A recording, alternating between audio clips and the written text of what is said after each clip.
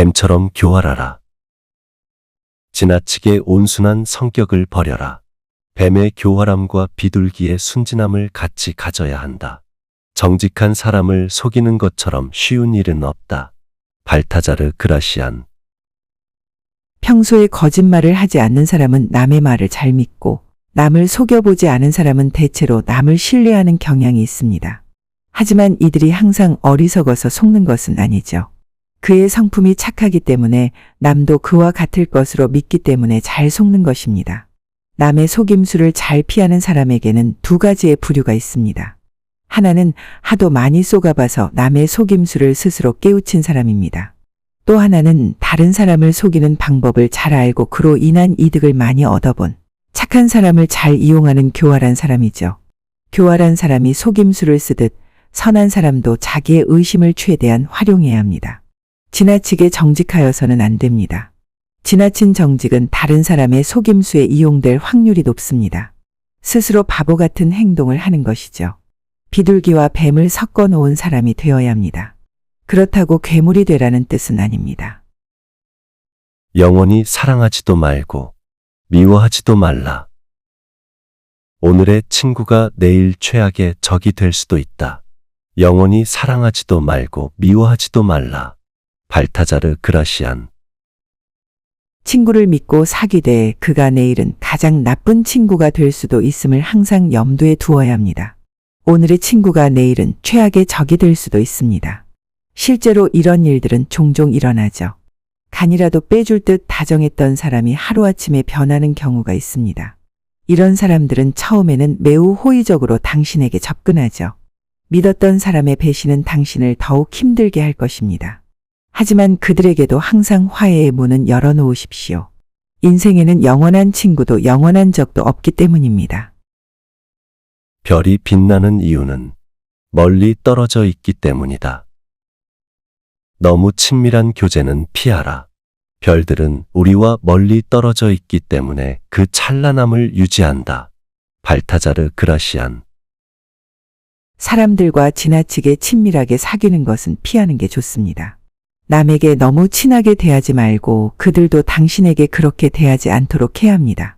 너무 친밀해지면 당신의 모든 것이 드러나므로 당신에 대한 호기심과 존경심이 사라질 것입니다. 신들은 항상 존경을 받지만 사람들은 가까워질수록 무시와 경멸을 받을 확률이 높습니다.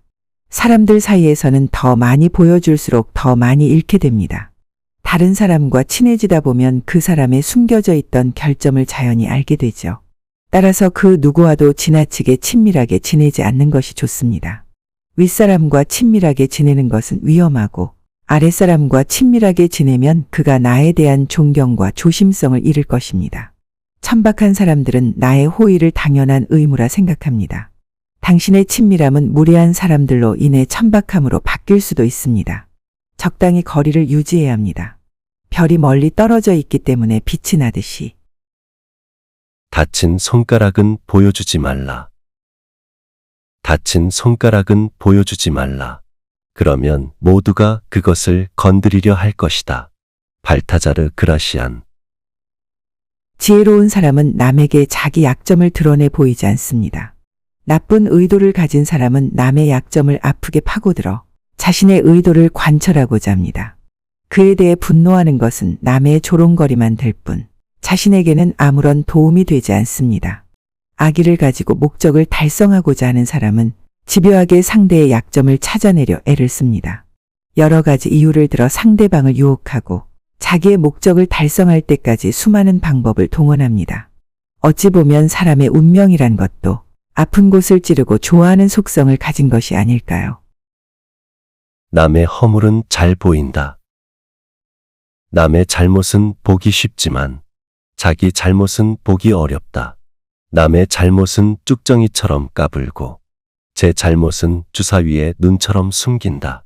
법구경. 남의 눈에 티끌은 잘 보면서 자기 눈에 들보는 보지 못한다. 라는 말이 있죠. 성경에 있는 말씀입니다.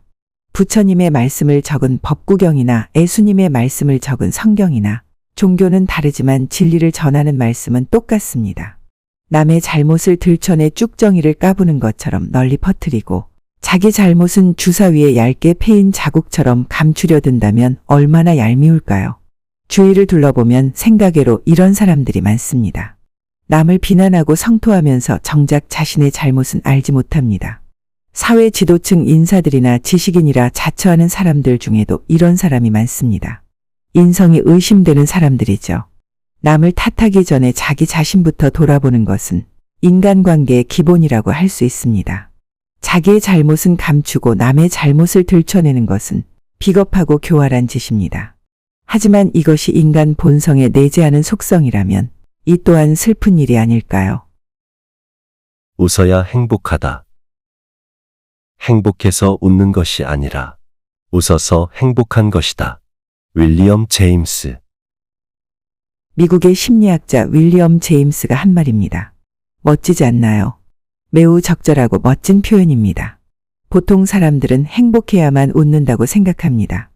틀린 말은 아니죠. 행복하면 저절로 웃음이 나오니까요. 행복은 사람의 마음을 항상 풍요롭고 긍정적으로 만듭니다.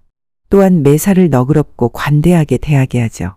하지만 행복이 우리 곁에 언제나 같이 하는 것은 아닙니다.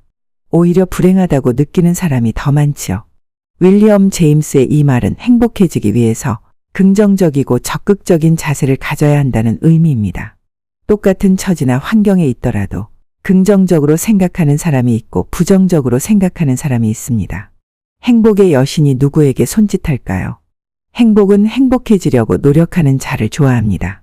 아무 노력도 하지 않고 가만히 있는데 행복이 저절로 찾아오지는 않습니다. 웃으면 복이 온다는 말이 있죠. 행복해지길 원한다면 먼저 웃으십시오. 그러면 행복해집니다. 100살까지 무병장수. 오늘도 행복하세요.